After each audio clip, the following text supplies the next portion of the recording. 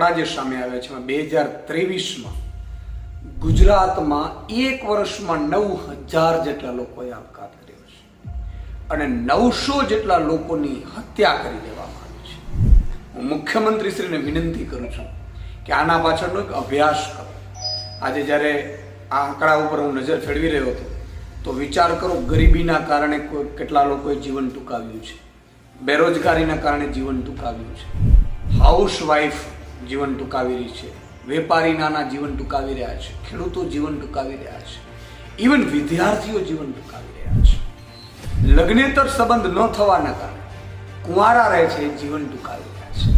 તમે કલ્પના કરો, આપણે ગુજરાતમાં એક વર્ષમાં 9000 લોકોએ કંઈક ના કંઈક કારણોસર જીવન ટૂંકાવ્યું છે. એમાં મોટા ભાગે ગરીબી અને આર્થિક પરિસ્થિતિ જવાબદાર છે. તમે જુઓ, સામૂહિક આપઘાતો થઈ રહ્યા છે. સુરતમાં રત્ન કલાકારોની જે હાલત થઈ, એમાં સામૂહિક આપઘાત થાય છે, દેવાના ડુંગર નીચે દબાઈ જાય. તમે રાજકોટમાં જુઓ, કેટલી જગ્યાએ સામૂહિક આપઘાત થયા છે. એની બીજી વાત કે કેટલીક જગ્યાએ સરકારી સિસ્ટમના કારણે આપઘાત કરે છે.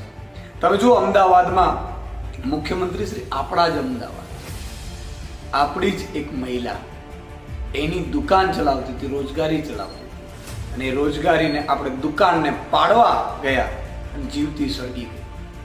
આ કયા રીતે, કયા મોઢે તમે ગુજરાત ચલાવવા બેસી રહ્યા છો? આજે તમારે ખરેખર વિચારવાની જરૂર છે. મારી એક વિનંતી છે, હમ્બલ રિક્વેસ્ટ છે, સ્થાનિક રોજગારી 80% કંપનીઓમાં મળે એવી વ્યવસ્થા કરો. આપણે જે બાળકો ઉપર સ્ટ્રેસ આવે છે, વિદ્યાર્થીઓ ઉપર, એમાંથી કેમ બહાર આવે એની વ્યવસ્થા કરો. આજે ખેતીને તમે ઉદ્યોગ બનાવો. આજે ખેતી છે ધીરે ધીરે ખૂબ ડાઉન થતી રહી છે, તો ખેડૂતો આપઘાત કરી રહ્યા છે, નાના વેપારીઓ દેવાના ડુંગરમાં આપઘાત કરી રહ્યા છે, રત્ન કલાકારો આપઘાત કરી રહ્યા છે. ચારે બાજુથી સિંગલ મધર છે, જીવી નથી શકતી. તો મારી આપને વિનંતી છે કે આના માટે તુરંત કદમ ઉઠાવવામાં આવે. અને આ મામલે આમ આદમી પાર્ટી આપણી પાસે ડિમાન્ડ પણ કરી રહી છે કે સમાજ વ્યવસ્થા સુદૃઢ બનાવો, ન્યાય વ્યવસ્થા સુદૃઢ બનાવો.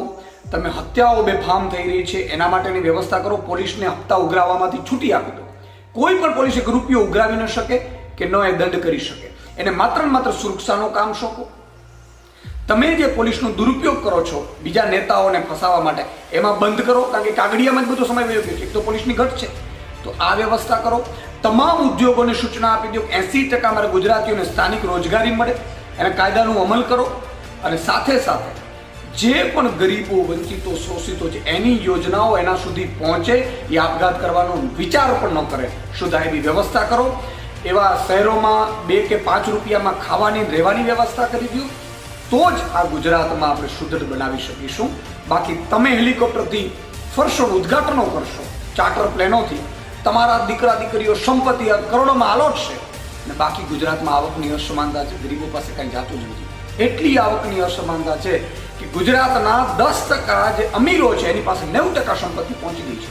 તમારા આવ્યા પછી બેફામ વધારો થઈ ગયો છે, કારણ કે તમે બધો લાભ ઉદ્યોગપતિઓને આપો છો.